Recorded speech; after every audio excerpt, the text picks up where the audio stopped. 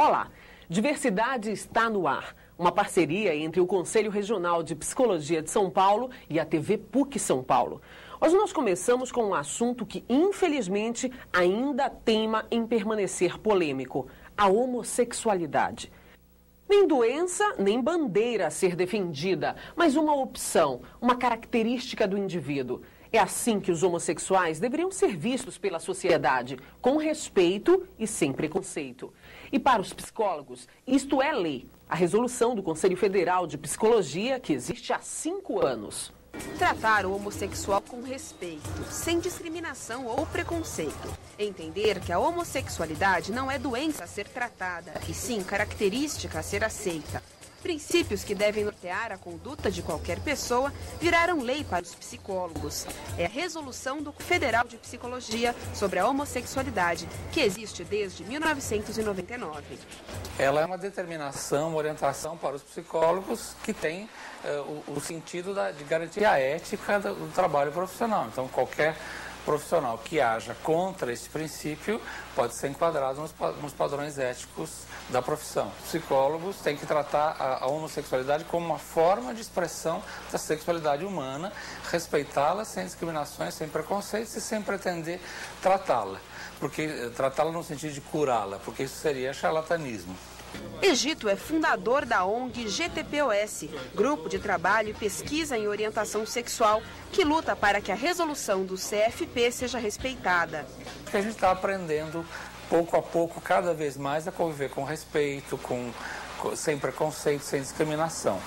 Lógico, isso é um caminho, um longo caminho, né? Há muita coisa para percorrer, ainda existe a violência contra os homossexuais, ainda existe muita discriminação. Mas eu acho que estamos muito melhores do que estávamos há 30 anos atrás e com a resolução do CFP estamos um pouco melhores do que 5 anos atrás também, né? E para colocar em prática a convivência pacífica com a diversidade, a GTPOS faz um trabalho em 1000 escolas públicas de São Paulo desde o ano passado. Eles ajudam os professores na tarefa de orientar os adolescentes sobre sexualidade. Muito importante poder conversar calmamente, tranquilamente, discutir principalmente essas questões sociais mesmo, do preconceito, da discriminação, da violência, e fazer com que a gente possa aprender a conviver com as diferenças, com a diversidade que existe, sexual e de outras ordens também, né? Quando a gente ouve falar em psicólogo do trabalho, logo pensa naquele profissional que avalia candidatos a vagas de emprego ou faz dinâmicas de grupo.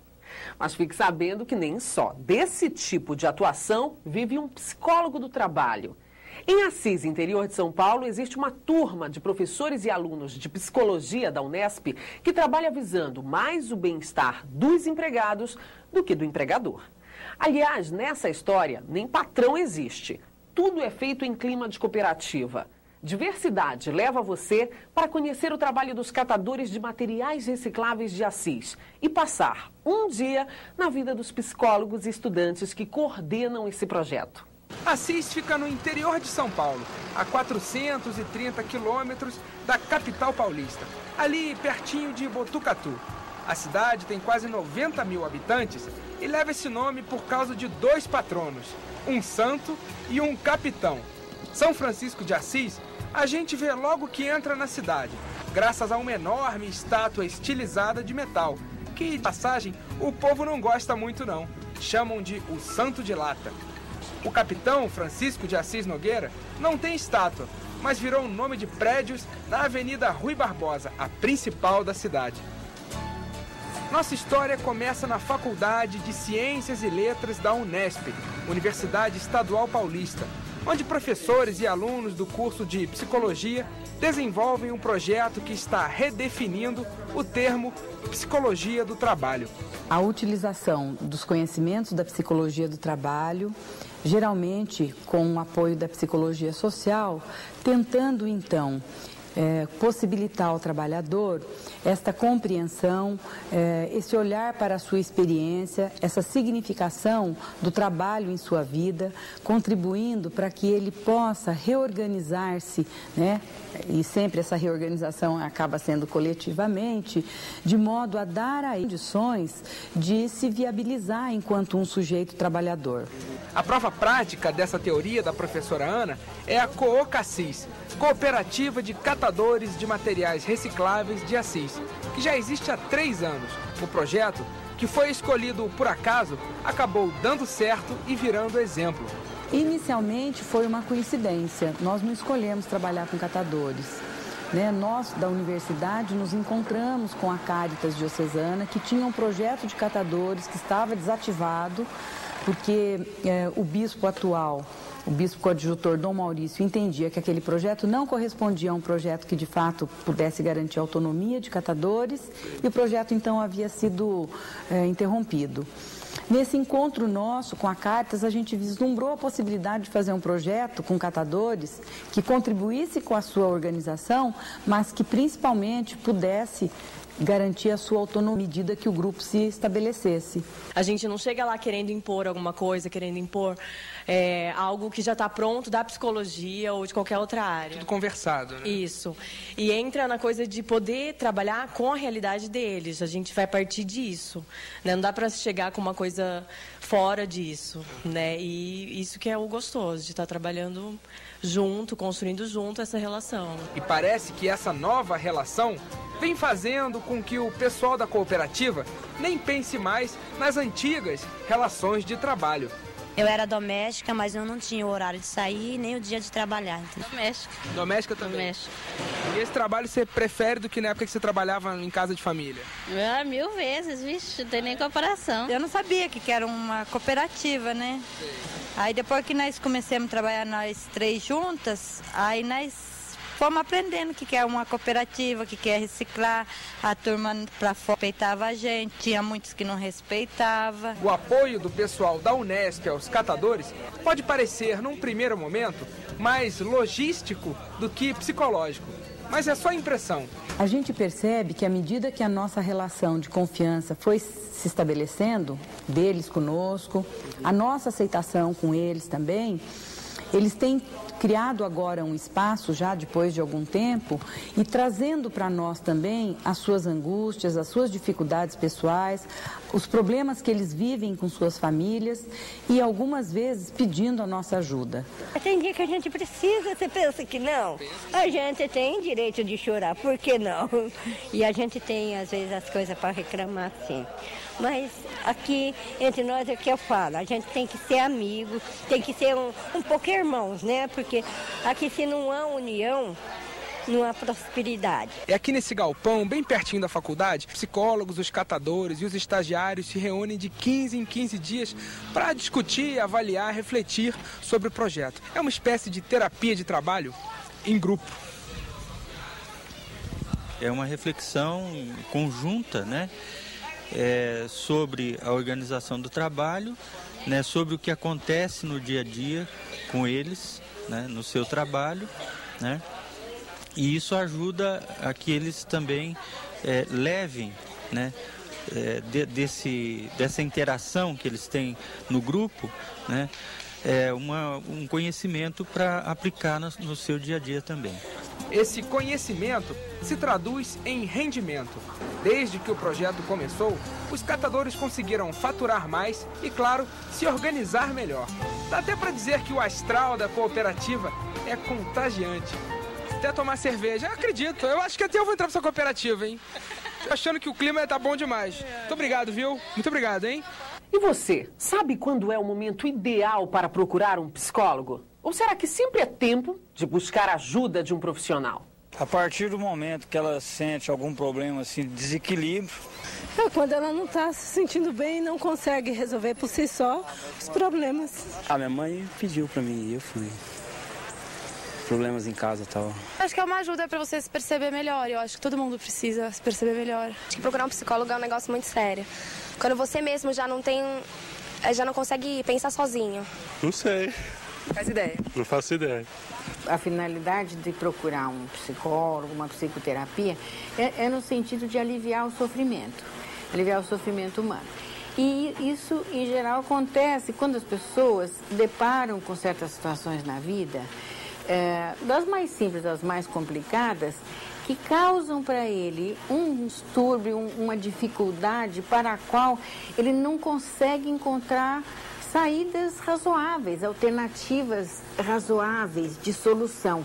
Então aquilo fica martelando, às vezes, e aí começa muitas vezes a aparecer sintomas, ou a pessoa, né, fica muito triste, não tem mais ânimo para fazer nada, acha que nada vale a pena. Então a pessoa começa a se achar uma pessoa inferior às outras, que ninguém gosta dela, que ela não é amada, que não adianta o que quer que ela faça, que não resulta, vamos dizer assim.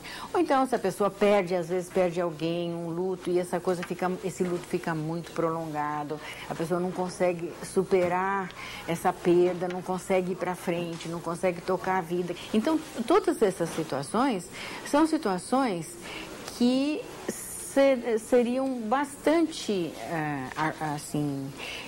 facilitadas, né, se ela tivesse uma interlocução. Diversidade volta já já.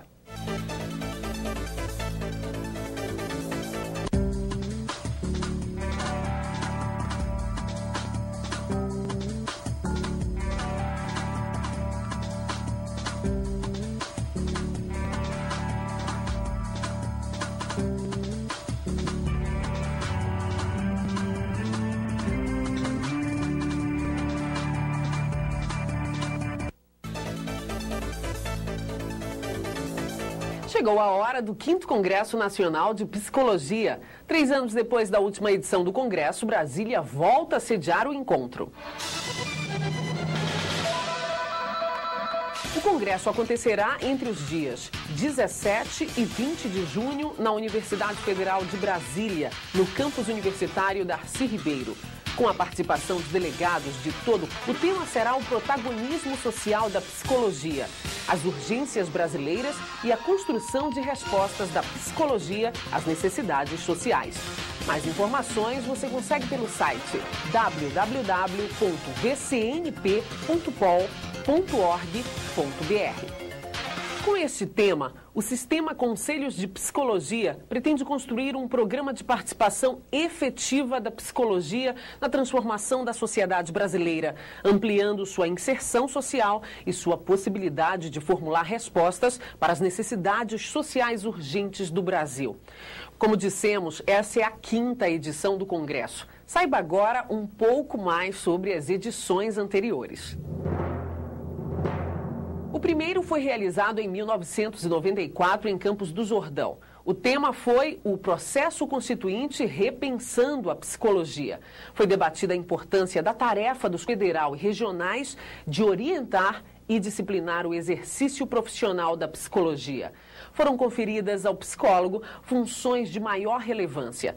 Também foi discutida a formação profissional dos psicólogos e a necessidade de parcerias entre conselhos de psicologia e universidades. Em 1996, foi a vez de Belo Horizonte receber o Congresso. Nessa 2ª edição, o tema era: o psicólogo vai mostrar a sua cara. Entre as discussões estava a proliferação indiscriminada de cursos de psicologia e a necessidade de esclarecimento ao público sobre o compromisso ético e social do profissional na avaliação psicológica. O 3º Congresso Nacional de Psicologia aconteceu em 1998 em Florianópolis. O tema: Psicologia, Interfaces, Políticas Públicas e Globalização. Foram discutidos os efeitos da globalização em nosso país e as ações que a psicologia deveria implementar para enfrentar as consequências danosas desse processo na vida das pessoas e na profissão. A interlocução com as organizações sociais e a busca do diálogo com países da América Latina foram apontados como alvo de esforços por parte da profissão. Brasília recebeu o 4º Congresso Nacional de Psicologia em 2001. O tema era Qualidade, Ética e Cidadania nos Serviços Profissionais, construindo o compromisso social da psicologia.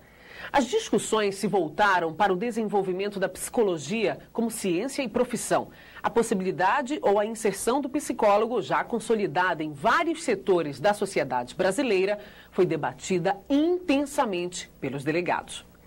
Agora a diversidade vai tratar de mais um tema nada fácil: a relação entre psicologia e religião. Ana Bock entrevista o sociólogo e professor da USP, Antônio Flávio Pierucci, autor de vários trabalhos sobre religiosidade. Flávio, é um prazer recebê-lo aqui no nosso Diversidade. Prazer. Como é que você vê a relação ciência e religião? A relação ciência e religião é, no mínimo, tensa. Por quê? Porque a história da ciência moderna começa, na verdade, num conflito bastante intenso com a religião dominante no Ocidente, e a ciência com a pretensão de dizer verdades que a religião estaria ocultando, estaria dizendo erradamente, com afirmações equivocadas, né? Diretamente assim. Hoje, a coisa evoluiu bastante, mas evoluiu no sentido de se firmarem cada um no seu campo. É como se fosse... A religião tem a sua autonomia, a ciência tem a sua autonomia. Não é só que tem, quer ter e precisa ter. Precisa por quê? Precisa ter. Porque as leis que regem cada um desses campos, ou dessas esferas, são leis muito próprias.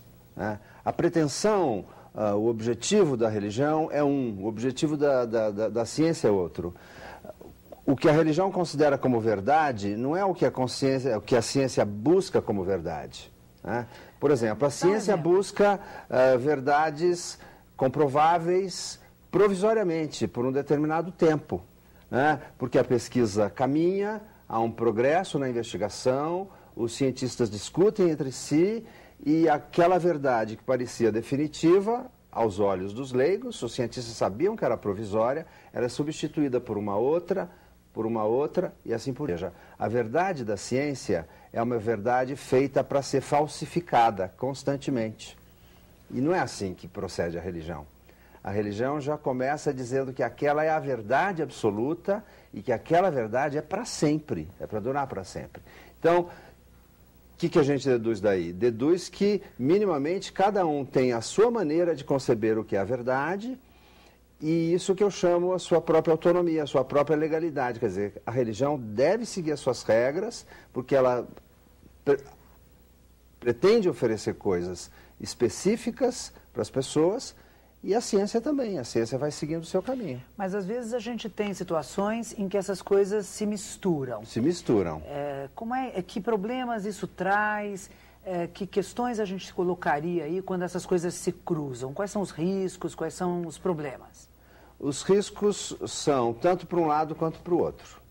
Eu digo que quando a gente fala que a ciência exige uma neutralidade, normalmente a gente diz neutralidade axiológica, uma neutralidade em relação aos valores, o que a gente está dizendo? O que a gente está dizendo é que a ciência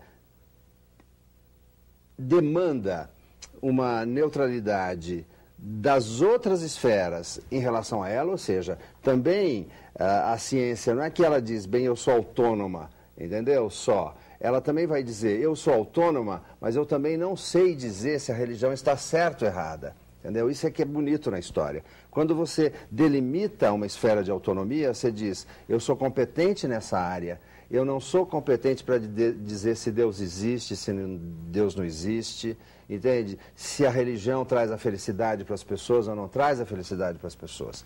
Eu sei falar as coisas que a ciência, entende, me possibilita, isso tem um alcance, ou seja, tem um limite.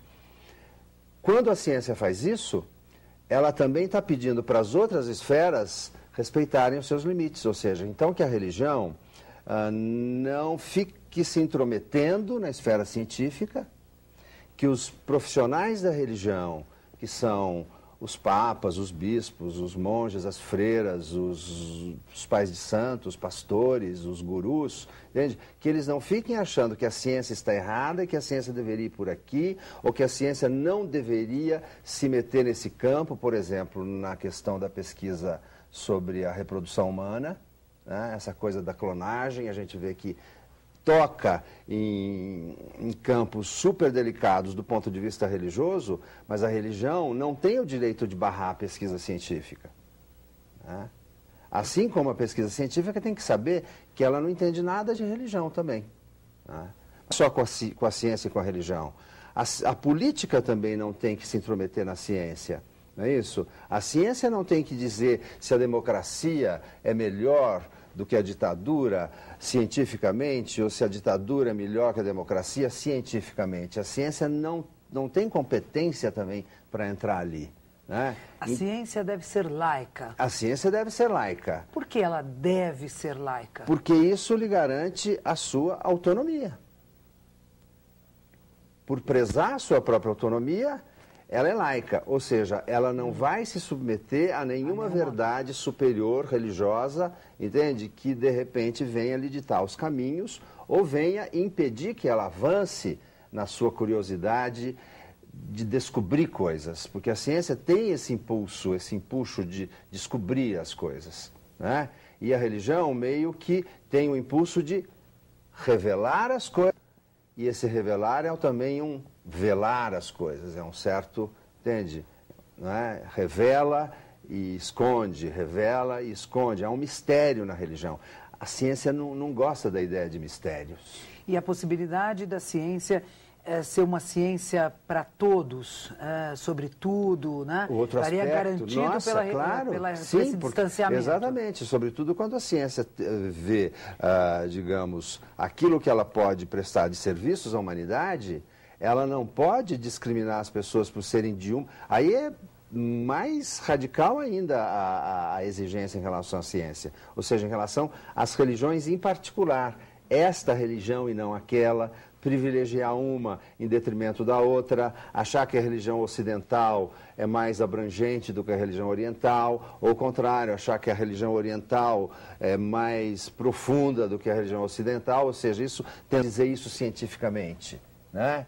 Então tem isso, quer dizer, você, ao respeitar o campo religioso como um todo, você está também se eximindo de dar uma bola fora, ou seja, de apoiar uma religião, entende? Seja ela minoritária, ou pior ainda, se for religião majoritária, quer dizer, você está apoiando, né, um aspecto da vida das pessoas que abrange algumas pessoas e não a totalidade das pessoas. Certo. E a ciência, de certa forma, assumir que ela não é neutra e que adotar uma dessas perspectivas significa como se colocasse um determinado óculos, né? Isso. Outra coisa também que eu acho que é uma tendência muito atual hoje, Ana, é as pessoas, de um modo geral, imaginarem que a ciência, sim, deveria levar a sério a religião, porque a religião, isso dizem as pessoas religiosas, só tem bem a fazer as pessoas. Entendeu? Esse também é um pressuposto que a ciência não pode admitir, ou seja, para a ciência, no caso a psicologia, que é o seu caso de envolvimento profissional, a ciência não pode, né, dizer exatamente o que é que serve para uma pessoa, o que é que não serve para uma pessoa, entendeu? Tá, aí você fala, por exemplo, nós temos na experiência profissional, o psicólogo muitas vezes faz uma confusão, diria, né? Porque está ali lidando com alguém que tem uma religião e uma religiosidade.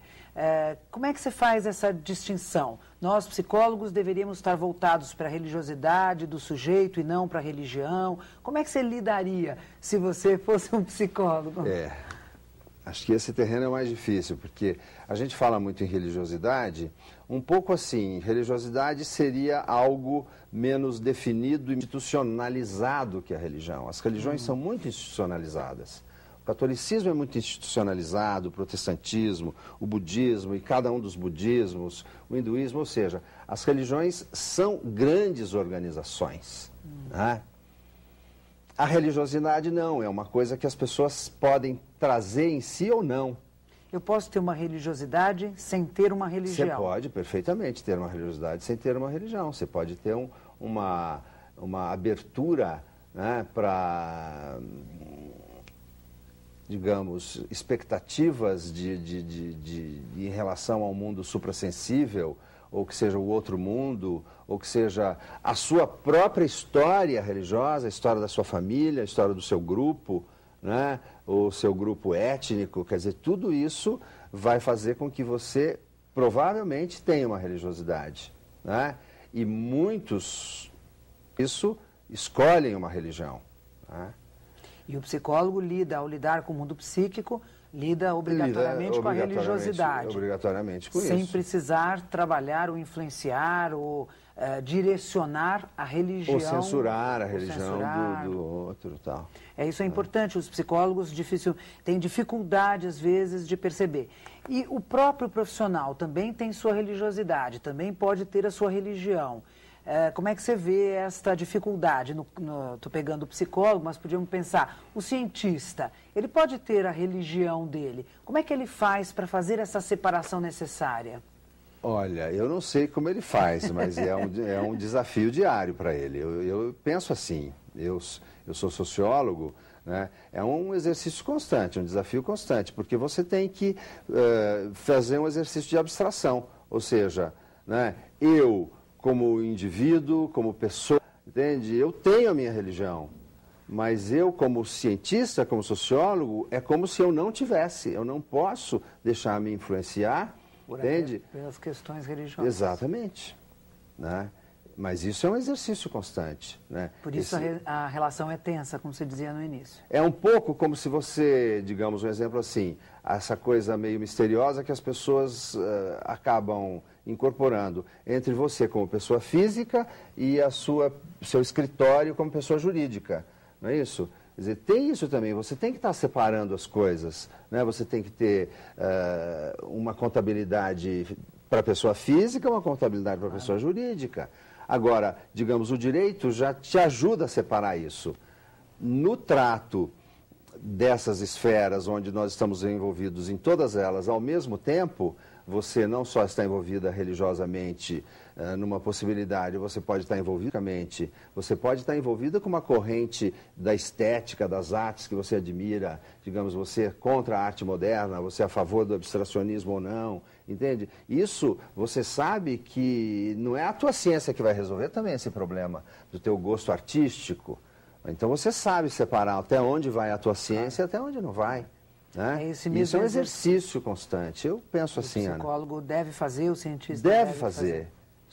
Para o bem da própria ciência e para o bem das outras esferas, para você também saber que a ciência tem limites. A ciência não vai resolver todos os problemas. Né? Legal. Flávio, muito obrigada. Diversidade agradece a sua presença, a sua colaboração. Acho que essa reflexão é super importante para os psicólogos que estão aí trabalhando. Eu que agradeço, Ana. Eu que agradeço o convite. Muito obrigado. Como você já viu aqui no Diversidade, o Banco Social de Serviços em Psicologia é uma iniciativa que existe para transformar a relação do psicólogo com a sociedade, ampliar o compromisso social da psicologia. O banco oferece serviços aos órgãos públicos através de projetos sociais construídos em parceria com as instituições. E um bom exemplo dessa ação voluntária dos psicólogos você vai conhecer na nossa reportagem de hoje. Fique sabendo como o Banco Social ajuda a qualificar uma das medidas socioeducativas aplicadas a um adolescente que comete um ato infracional. Se você assistiu ao Diversidade de março, viu que o isolamento de um adolescente infrator é a última das medidas socioeducativas a ser aplicada. Antes do encarceramento, existem outras medidas menos severas para punir uma infração. O Estatuto da Criança e do Adolescente define o ato infracional como toda conduta descrita como crime ou contravenção penal, e a ele correspondem as medidas socioeducativas aplicadas aos adolescentes a partir dos anos. O problema é que essas medidas não são claras. Ninguém sabe ao certo que tipo de serviço um adolescente pode prestar dentro de uma escola, por exemplo. E é aí que entra o Banco Social, com o projeto Cadê o Menino? Estamos tentando pensar uma formação em relação às medidas socioeducativas, já que não há nenhuma regra, nenhuma norma do que se deve fazer em medidas socioeducativas. Então, é uma formação para se pensar o que fazer nas unidades escolares. A Vanessa é uma das protagonistas do projeto Cadê o Menino? Mas antes que a gente continue com essa história, vamos tentar entender que caminho faz um adolescente, da infração ao cumprimento da pena. Mas espera aí, será que é assim que se fala? A gente não chama de pena porque é adolescente, a gente chama de medida socioeducativa. Quando ele comete um ato infracional, o juiz aplica medidas socioeducativas. Então, que a ideia é essa, ser socioeducativa, de inclusão, e aí a gente entende que fica em ajudar esse menino a pensar um pouco, tanto no que ele fez, como pensar outra perspectiva de vida aí para ele, né? Ele é encaminhado para assistência judiciária, que nesse momento vai haver uma reformulação desse atendimento, então vai ser definido um posto lá na própria vara especial, e aí o adolescente já passaria por esse posto que é da SAS, pertence à SAS, e dali ele é encaminhado à região. Então, se ele mora na região da Freguesia do Ó ou Brasilândia, ele é encaminhado para a SAS Freguesia do Ó e vai ser atendido e vai prestar serviços nesta região próxima onde ele mora. Só para constar, SAS é a sigla para a Secretaria de Assistência Social. Depois de passar pela SAS, o adolescente chega à Secretaria Municipal de Educação, de onde vai ser encaminhado a uma instituição de ensino para cumprir a medida de PSC, prestação de serviços à comunidade. A gente não faz uma entrevista, mas a gente bate um papo, no sentido de mostrar para eles que tanto nós como eles temos direitos e deveres, né? E que nós estamos procurando acolhê-lo da melhor forma possível, e que se isso não acontecer, ele também tem o direito de sair da escola, vir para cá e fazer uma queixa, uma reclamação de que não está gostando, ou que não está dando certo, e ele tem possibilidade de mudar de escola, né? E justamente para que isso não aconteça, o Banco Social empresta 2 psicólogas ou 2 protagonistas que têm a missão espinhosa de ajudar na preparação de quem vai receber esses adolescentes, as diretoras e orientadoras das escolas. Quando entra 2 setores distintos, assim, né? Como não é psicologia, aí você tem que ter toda uma ética para estar lidando com esses educadores, que são as pessoas que educam, são os sócio-educadores, vamos dizer assim. Então, a psicologia entrando, o psicólogo entrando, precisa ter toda uma postura ética para não entrar no campo deles, né? Então, o objetivo da gente não é esse, é sensibilizá-los, mobilizá-los para uma mudança de atitude, uma mudança de pensamento, para que essas medidas sejam realmente socioeducativas. Então a gente tem que estar elaborando atividades para que esse reeducando fique 4 horas com a gente, uma vez por semana, e tentar modificar a sua forma de ser, o que é impossível. A previsão é de que esse grupo se reúna pelo menos 4 vezes e discuta a melhor maneira de aplicar a medida. E na medida do possível, botar em prática essa missão quase impossível. Ainda tem, no geral, uma noção de que quem comete um crime tem que ser punido. E punido da pior forma, né? E aí, muitas vezes, caem em humilhações e tal. E que não é que a gente acha que acrescenta aí pro menino. A gente não está ajudando ele a crescer, né? O Diversidade de hoje está terminando. Como sempre, convido você a participar do nosso programa mandando suas críticas e sugestões para o endereço eletrônico diversidade@crpsp.org.br. Nós temos um encontro marcado em junho para mais um Diversidade. Até lá!